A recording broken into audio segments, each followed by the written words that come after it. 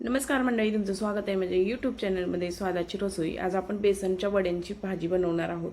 बनवायला खूप सोपी आहे किंवा डुबुक वड्याची भाजी म्हणा, बनवायला खूप सोपी आहे आणि भाकरीबरोबर चपातीबरोबर खूप छान लागते. त्यासाठी एक बेसिक वाटण प्रिपेअर करावं लागतं, बनवावं लागतं. त्यासाठी एक मी अर्धा तुकडा खोबऱ्याचा आणि एक मोठ्या साईजचा कांदा छान गॅसवरती भाजून घेतलेला आहे. तुम्ही हा कट करून तव्यावरती भाजला तरीही चालेल, पण मी असा भाजला की याची चव खूप छान लागते. तर मी छान पद्धतीनं असा भाजून घेते डायरेक्ट गॅसवरती हा कांदा आणि खोबरं. कांदा आणि खोबरं व्यवस्थित भाजून झालं की ते एका प्लेटमध्ये आपल्याला काढून घ्यायचं.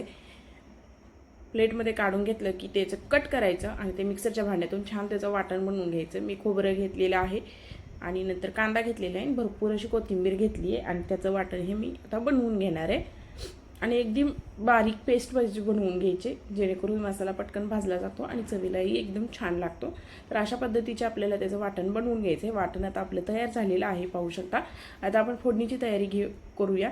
तर त्यासाठी मी एक कढई घेतलेली आहे. कढईमध्ये 2-3 चमचे तेल ॲड केलेले. तेलाचं प्रमाण थोडंसं जास्त ठेवा. नंतर त्याच्यामध्ये आपल्याला खायचं कांदा लसूण मसाला ॲड केलेला आहे आणि भरपूर अशी कोथिंबीर ॲड केलेली आहे. तेलामध्येच पहिल्यांदा मी मसाला आणि कोथिंबीर ॲड केले, नंतर आपण बनवून घेतलेलं वाटण मी त्याच्यामध्ये ॲड केलेलं आहे. तेलामध्ये मसाला ॲड केल्यामुळं काय होतं की कोणत्याही भाजीला तर्री खूप छान येते किंवा तेल छान सुटतं त्या भाजीला. आता आपण बनवून घेतलेलं वाटण मी ह्याच्यामध्ये ॲड केलेलं आहे आणि आता मी वरून थोडे बेसिक मसाले ॲड करते, जसं की हळद आणि 2 चमचे धनेपूड ॲड केली आहे मी आणि अर्धा चमचा गरम मसाला ॲड केलेला आहे. सोबत चवीपुरतं मीठ ॲड केलेलं आहे मी. आता हे सर्व मसाले छान मिक्स करून घेऊया. अगोदर आपण हे मसाले आपल्याला छान मिक्स करायचे आणि तोपर्यंत मिक्स करायचे जोपर्यंत याचा उग्रवास जात नाही आणि या मसाल्यातून तेल सेपरेट व्हायला सुरुवात होत नाही. तर आता छान मी हे मसाले एकत्र मिक्स करून घेतलेले आहेत. आता ह्या स्टेजला आपल्याला आलं लसणाची पेस्ट घालायची. मी एक मोठा चमचा आलं लसणाची पेस्ट ॲड केलेले. आलं लसणाची पेस्ट पण या सर्व वाटणाबरोबर छान मिक्स करून घ्यायची, परतून घ्यायची. आलं लसणाची पेस्ट व्यवस्थित परतली, पाहू शकता. आता व्यवस्थित हे सर्व जिन्नस छान परतले गेलेले आहेत. वाटण पण अगदी छान परतले गेलेले आहे. आता आपल्याला एक बेसनसाठी घोळ बनवून घ्यायचं आहे. त्यासाठी मी 3 ते 4 चमचे बेसनचं पीठ घेतलेलं आहे.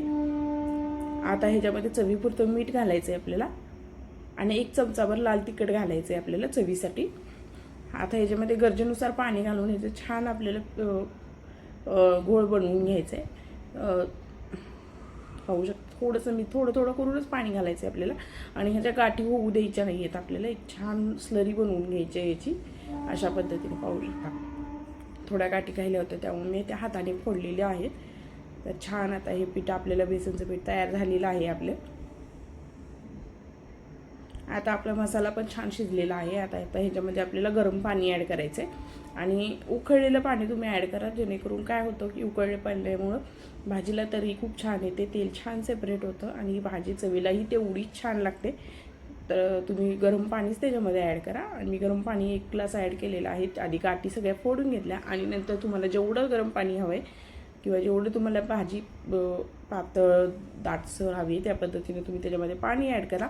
पाण्याला एक छान दणकून उकळी येऊ द्या. पाण्याला व्यवस्थित दणकून उकळी आली की त्याच्यामध्ये आपण जे बेसनचा स्लरी बनवून घेतली होती ते हळूहळू सोडून घ्या.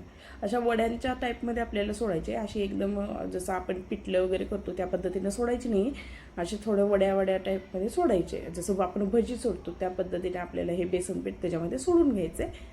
तर पाहू शकता मी सर्व बेसनपीठ आता ह्याच्यामध्ये सोडून घेते आणि बेसनपीठ सोडून दिलं की आपल्याला ह्या भाजीला पुन्हा आणि 10 मिनटं छान उकळी येऊ द्यायचे किंवा शिजू द्यायचे. ही भाजी 10 मिनटात हे बेसनचे असे गोळे तयार होतात आणि ही भाजी भाकरीबरोबर चपातीबरोबर खूप छान लागते. अगदी नॉनव्हेजलाही ही भाजी मागं टाकते.